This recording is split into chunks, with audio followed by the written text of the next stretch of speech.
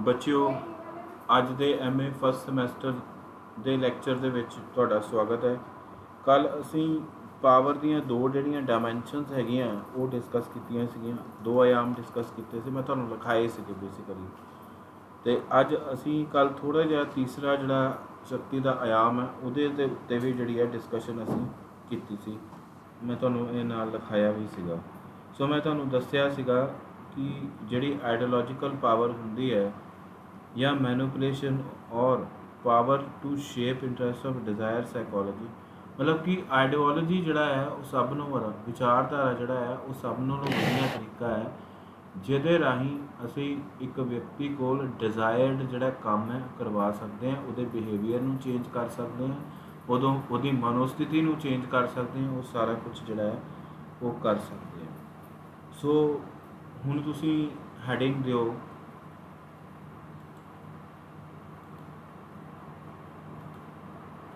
ਹੁਣ ਤੁਸੀਂ ਹੈਡਿੰਗ ਦਿਓ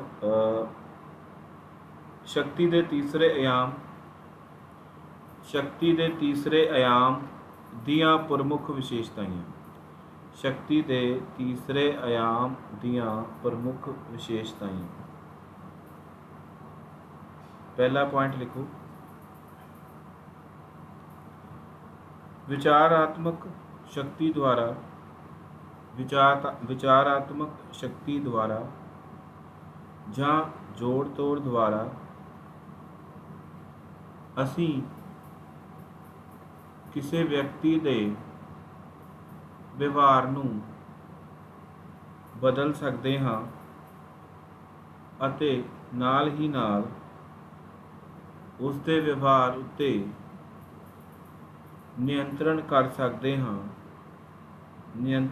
ਸਕਦੇ ਹਾਂ और उस तो अपना इच्छित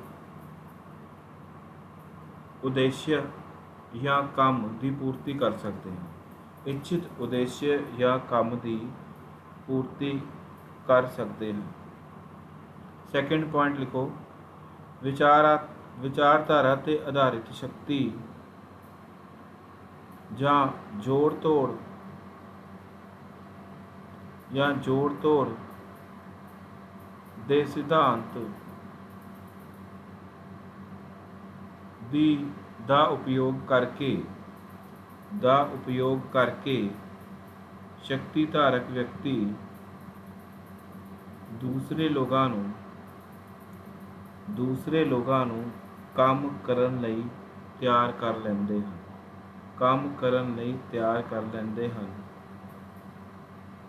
ਪਰ ਉਹ ਇਹੋ ਜਿਹਾ ਨਹੀਂ ਕਰਨਾ ਚਾਹੁੰਦੇ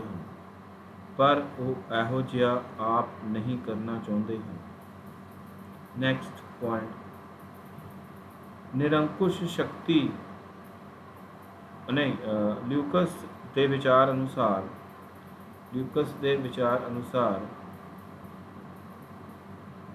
शक्ति ਦਾ तीसरा आयाम इस गल की व्याख्या करता है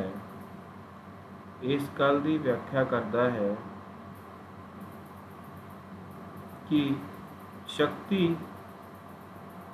दे दो आयाम निर्णय निर्माण, एजेंडा निर्धारित करना ਅਤੇ ਪਸੰਦਾਂ ਨੂੰ ਸ਼ਕਲ ਅਤੇ ਸਵਰੂਪ ਦੇਣ ਦੀ ਸ਼ਕਤੀ ਦੇ ਰੂਪ ਵਿੱਚ ਕਾਰਜ ਕਰਦਾ ਹੈ। ਸਾਰਵਜਨਿਕ ਖੇਤਰ ਦੇ ਵਿੱਚ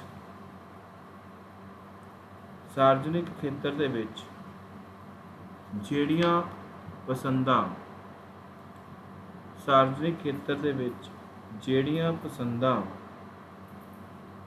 ਜਾਂ ਜਿਹੜਾ ਏਜੰਡਾ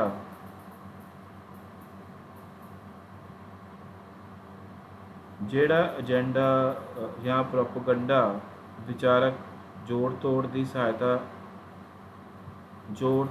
सहायता ਨੂੰ ਲੈ ਕੇ ਇਸ ਨੂੰ ਹੀ ਆਕਾਰ ਦਿੱਤਾ ਜਾਂਦਾ ਹੈ। ਇਸ ਨੂੰ ਹੀ ਆਕਾਰ ਦਿੱਤਾ ਜਾਂਦਾ ਹੈ। ਨੈਕਸਟ ਲਿਖੋ, ਨੈਕਸਟ ਪੁਆਇੰਟ, ਇਹ ਆਯਾਮ ਇਸ ਗੱਲ ਦੀ ਪੁਸ਼ਟੀ ਕਰਦਾ ਹੈ, ਇਹ ਆਯਾਮ ਇਸ ਗੱਲ ਦੀ ਪੁਸ਼ਟੀ ਕਰਦਾ ਹੈ ਕਿ ਵਿਚਾਰਧਾਰਾ ਅਤੇ ਜੋੜ ਤੋੜ ਦਾ ਸਹਾਰਾ ਲੈ ਕੇ ਹੋਂਦ-ਯੁਕਤ ਭੌਤਿਕ ਅਤੇ ਸਮਾਜਿਕ ਪਰਿਸਥਿਤੀਆਂ ਦੀ ਵਿਆਖਿਆ ਨੂੰ ਪੇਸ਼ ਕਰਦਾ ਹੈ। ਵਿਆਖਿਆ ਨੂੰ ਪੇਸ਼ ਕਰਕੇ ਸ਼ਕਤੀਪਾਰਕ ਲੋਕ ਦੂਸਰੇ ਲੋਕਾਂ ਨੂੰ ਆਪਣੇ ਫੈਸਲਿਆਂ ਅਤੇ ਇੱਛਾਵਾਂ ਦੇ ਹੱਕ ਵਿੱਚ ਪ੍ਰਭਾਵਿਤ ਕਰਦਾ ਹੈ, ਕਰਦਾ ਹੈ। ਨੈਕਸਟ ਪੁਆਇੰਟ, ਲਿਊਕਸ ਦਾ ਇਹ ਵੀ ਮੰਨਣਾ ਹੈ ਕਿ ਇਹਨਾਂ ਢੰਗਾਂ ਦੀ ਵਰਤੋਂ ਦੇ ਨਾਲ ਸ਼ਕਤੀ ਦੇ ਪ੍ਰਯੋਗ ਵਿੱਚ ਬਲ ਅਤੇ ਦਬਾਅ ਦੀ ਭੂਮਿਕਾ ਨੂੰ ਪਿੱਛੇ ਰੱਖਿਆ ਜਾ ਸਕਦਾ ਹੈ, ਅਤੇ ਇਹ ਕੋਸ਼ਿਸ਼ ਕੀਤੀ ਜਾ ਸਕਦੀ ਹੈ ਬਲ ਅਤੇ ਦਬਾਅ ਦੀ ਸ਼ਕਤੀ ਉਸ ਵੇਲੇ ਵਰਤੀ ਜਾਂਦੀ ਹੈ ਜਦੋਂ ਸਮਾਜ ਵਿੱਚ ਵਾਸਤਵਿਕ ਰੂਪ ਵਿੱਚ ਵਿਰੋਧ ਉਤਪੰਨ ਹੋ ਜਾਵੇ ਅਤੇ ਵਿਰੋਧ ਹੱਲ ਕਰਨ ਲਈ ਸ਼ਕਤੀ ਦੀ ਵਰਤੋਂ ਜ਼ਰੂਰੀ ਹੋ ਜਾਵੇ। ਹੁਣ ਇਸ ਚੀਜ਼ ਨੂੰ ਸਮਝੋ ਥੋੜ੍ਹਾ ਜਿਹਾ, ਉਹ ਕੀ ਕਹਿਣਾ ਚਾਹੁੰਦਾ ਹੈ। ਉਹ ਕਹਿੰਦਾ ਕਿ ਅਗਰ ਅਸੀਂ ਕਿਸੇ ਵਿਅਕਤੀ ਨੂੰ ਬਲ ਅਤੇ ਜਿਹੜਾ ਸ਼ਕਤੀ ਰਾਹੀਂ ਕੋਈ ਗੱਲ ਮੰਨਵਾਉਣੀ ਹੈ, ਤੇ ਉਹ ਜਿਹੜੀ ਆਪਸ਼ਨ ਹੈ ਉਹ ਲਾਸਟ ਹੋਣੀ ਚਾਹੀਦੀ।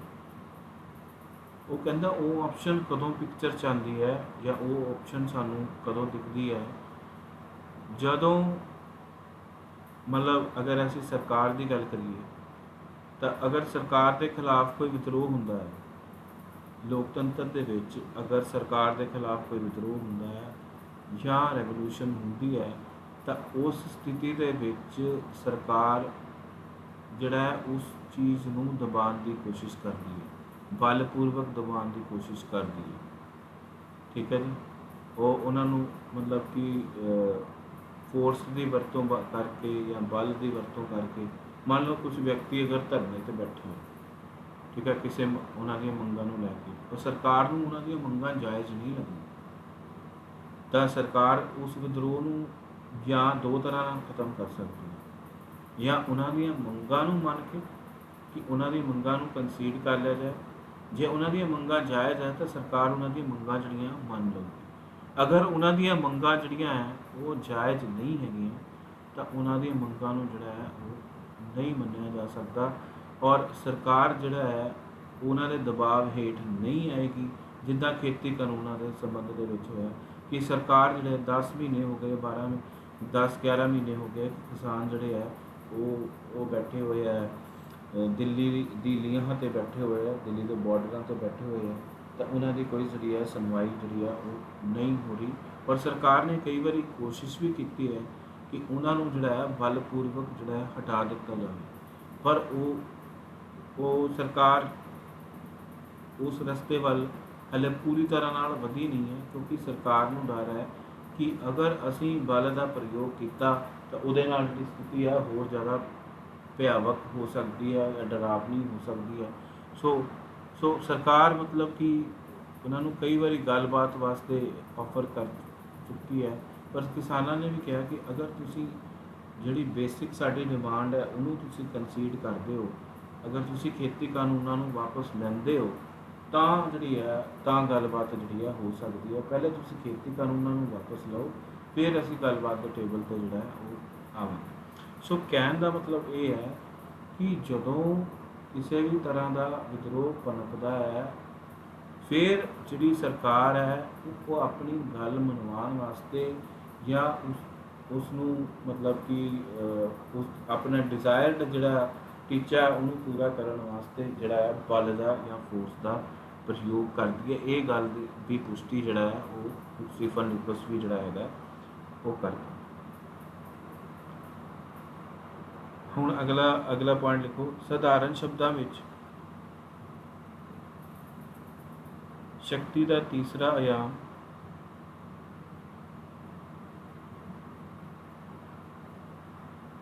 ਜਾਂ ਸ਼ਕਤੀ ਦਾ ਤੀਸਰਾ ਚਿਹਰਾ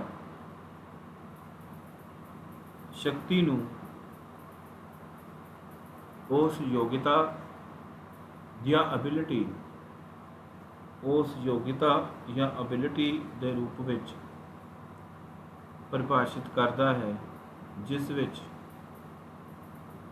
ਕੁਝ ਲੋਕ ਦੂਜਿਆਂ ਨੂੰ ਆਪਣੇ ਵਿਚਾਰਾਂ, ਇੱਛਾਵਾਂ, ਜ਼ਰੂਰਤਾਂ,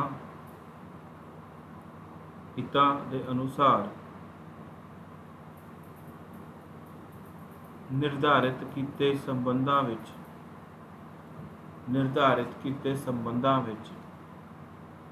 ਪ੍ਰਭਾਵਿਤ ਕਰਨ ਦੀ ਯੋਗਤਾ ਰੱਖਦਾ ਹੈ।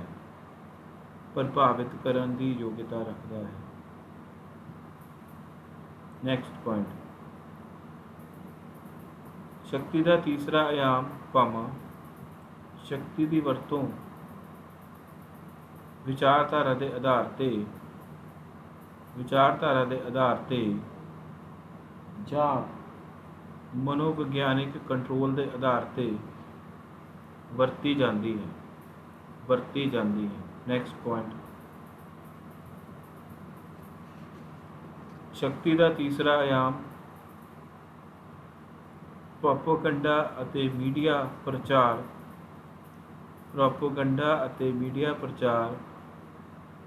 ਜਾਂ ਹੋਰ ਪ੍ਰਚਾਰ ਦੇ ਸਾਧਨਾਂ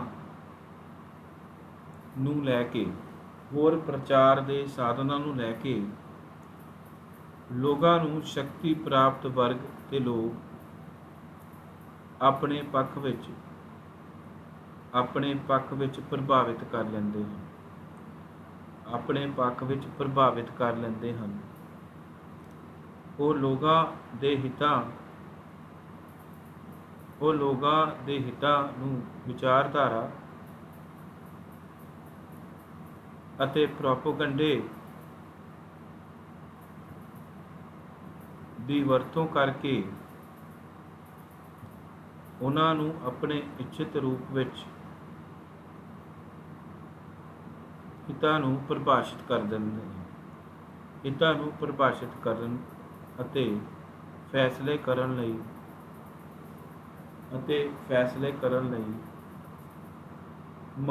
ਮਨੋਵਿਗਿਆਨਿਕ ਰੂਪ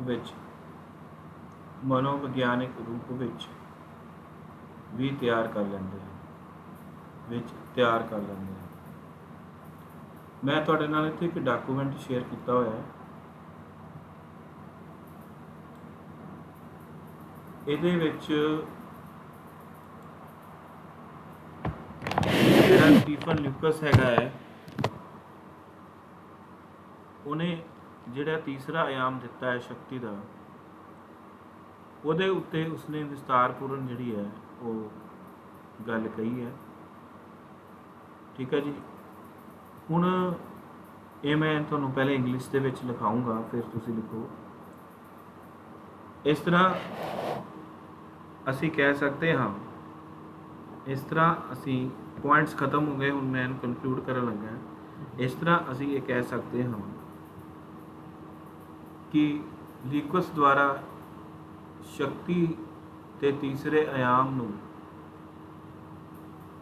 ਨੂੰ ਉਸਨੇ ਸ਼ਕਤੀ ਦੇ ਤੀਸਰੇ ਆਯਾਮ ਨੂੰ ਵਿਚਾਰਧਾਰਾ ਨਾਲ ਜੋੜਿਆ ਹੈ ਅਤੇ ਵਿਚਾਰਧਾਰਾ ਦੀ ਹੋਂਦ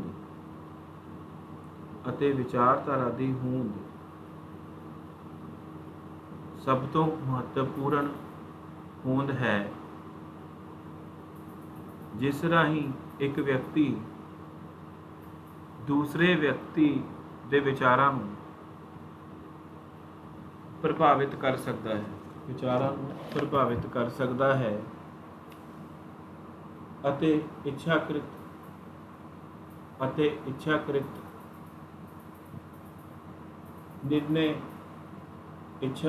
ਨਿਰਣੇ ਪ੍ਰਾਪਤ ਕਰ ਸਕਦਾ ਹੈ। ਇਸ ਦੇ ਨਾਲ ਲਿਊਕਸ ਦਾ ਇਹ ਵੀ ਮੰਨਣਾ ਹੈ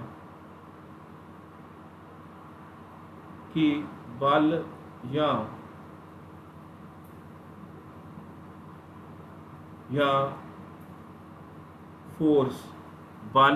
ਫੋਰਸ ਦੀ ਜ਼ਰੂਰਤ ਸ਼ਕਤੀ ਪਾਰਕ ਵਿਅਕਤੀ ਨੂੰ ਜਾਂ ਸਰਕਾਰ ਨੂੰ ਉਸ ਵੇਲੇ ਪੈਂਦੀ ਹੈ ਜਦੋਂ ਉਸ ਦੇ ਸ਼ਾਸਨ ਵਿੱਚ ਵਿਦਰੋਹ ਪਨਪਦਾ ਹੈ ਅਤੇ ਇਸ ਵਿਦਰੋਹ ਨੂੰ ਖਤਮ ਕਰਨ ਵਾਸਤੇ ਸ਼ਕਤੀ ਪਾਰਕ ਵਿਅਕਤੀ ਬਲ ਦਾ ਸਹਾਰਾ ਲੈਂਦਾ ਹੈ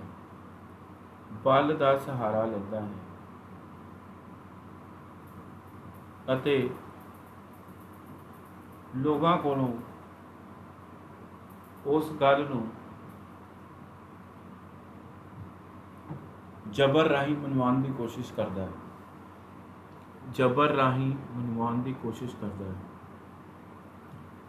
ਅੰਤ ਵਿੱਚ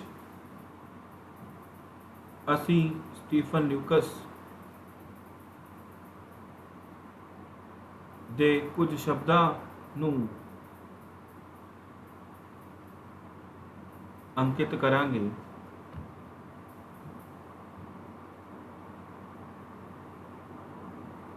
ਜਿਸ ਵਿੱਚ ਉਸਨੇ ਸ਼ਕਤੀ ਵਿੱਚ ਪ੍ਰਭੁਤਵ ਦੀ ਗੱਲ ਕੀਤੀ ਹੈ। ਲਿਖੋ ਜੀ, inverted commas begin. Luke's third dimension of power exist where people are subject to domination,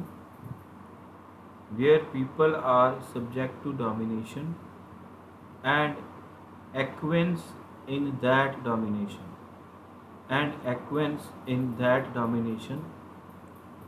The attentional stance allows us to predict and explain others' behavior in the ways that those agents may not recognize.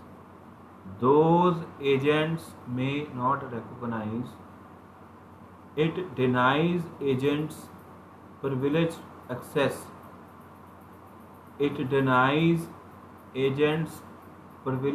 access to their own reasons for actions. Using the intentional stance, we can understand how agents may acquiesce in their own domination.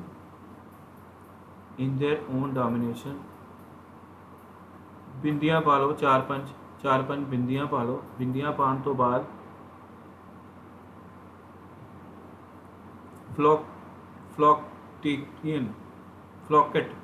flocket trap of seeing all social relationships in the same